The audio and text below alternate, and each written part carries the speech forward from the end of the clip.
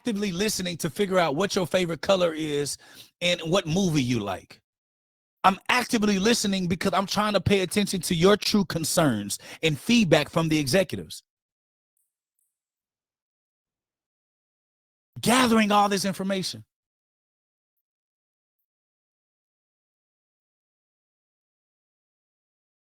Your leadership team, they don't care how you feel and how your team feels, because then all they're going to say is you said yes to the job, you said yes to the JD, you said yes to the money, you said yes. Nobody put a gun in your head to be here.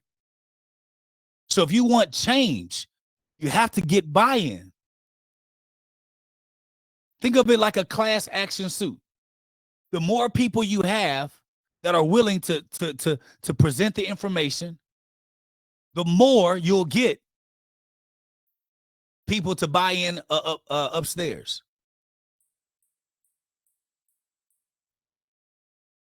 The more you do that within your organization, the more they will start to see you as a leader. I don't want to walk by them and they're irritated by me. I want to walk by them and they straighten up almost as if I'm their director. We're peers, but my peers don't do the same thing around me that they do around everyone else.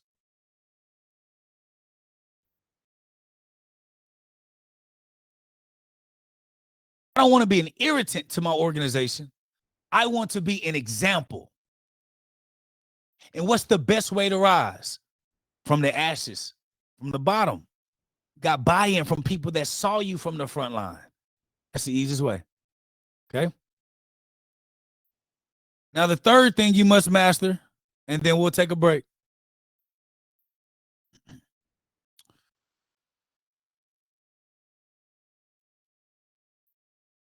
Speaking the language of leadership. Leaders do not speak like technicians. Whether you want to, and I don't mind you being upset that I said it, but there's a truth. Leaders do not speak the language of technician. And even if they were a technician at one point, it's not the language they're speaking in every day. Here's the language they speak in: cost reduction, operational efficiency, compliance and regulations, patient safety and quality outcomes, employee retention and satisfaction. These are their languages. And Fernando's favorite language is finance. Finance. Have to talk about the finance. It's about the finance. The numbers got to make sense, Dr. Jake. So in that finance, Fernando speaks in the language of finance. Everything has to do with cost efficiency in finance. Everything else, if you bring it to him about any technical talk, he can go, did you go through the proper line of of structured corporate ladder? Like, he's like, all right. These are how executives think, y'all. So if I'm not speaking to my executives in this language, am I getting through to them, or am I sounding like Charlie Brown? Wah, wah, wah. Y'all remember that? Wah, wah, wah, wah, wah, wah, wah, wah, wah. And it doesn't matter how fair or unfair you think it is. This person, if this department is under their leadership, then they should know. No, that's not the right spirit of servant leadership. They should know.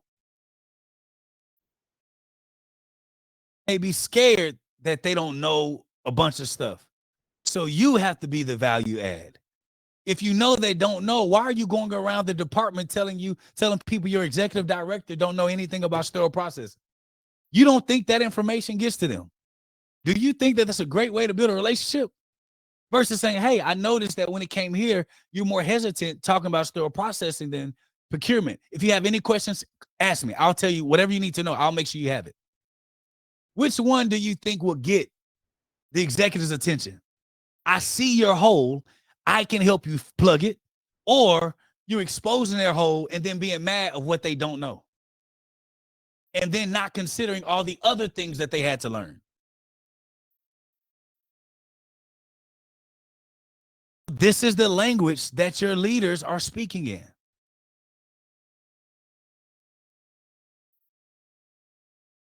This language right here is the language that they're speaking in.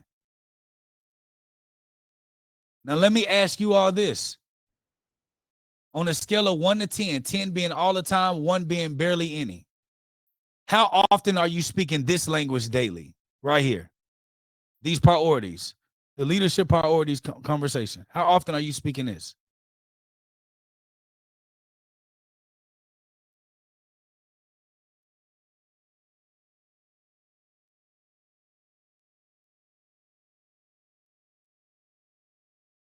Who says 6?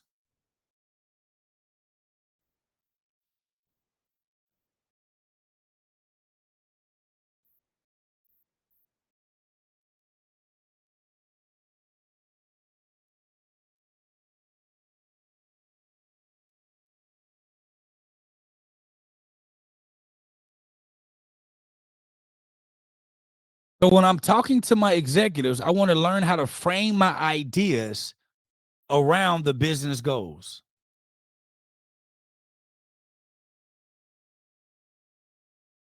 You want to show, anytime you're presenting something to your upline for change, you need to create a proposal. You need to run your position like a business. In all things, you want to be professional. So you want to show how your proposal aligns with the organization's strategic objectives. How improving sterilization processes can reduce hospital liability cost. So if you don't know what your leadership is focusing on or where the pressures are coming from, your suggestions may be actual, they may be factual, a real need, but that may not be the hospital's focus in that moment.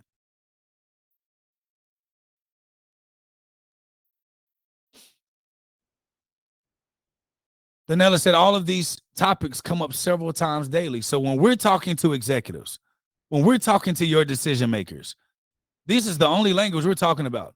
In some languages, in some meetings, we're talking nothing but spreadsheets and finance numbers. Finance, Fernando. Sometimes we're not even talking about anything but just getting the numbers to make sense. So if your organization as a technician, technical, subject matter expert for only the world that you're in, they're not going to consider you well versed enough to be at their table.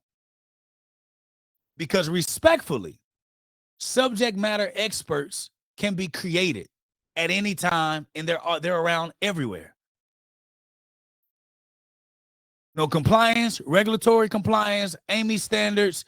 You understand process improvements. You could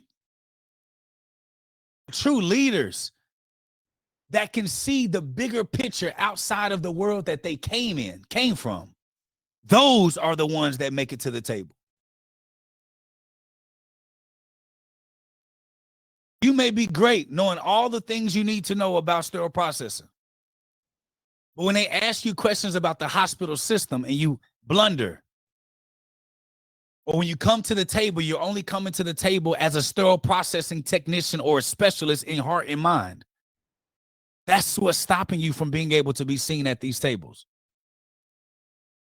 That's why you're only seen as influential in certain subsets.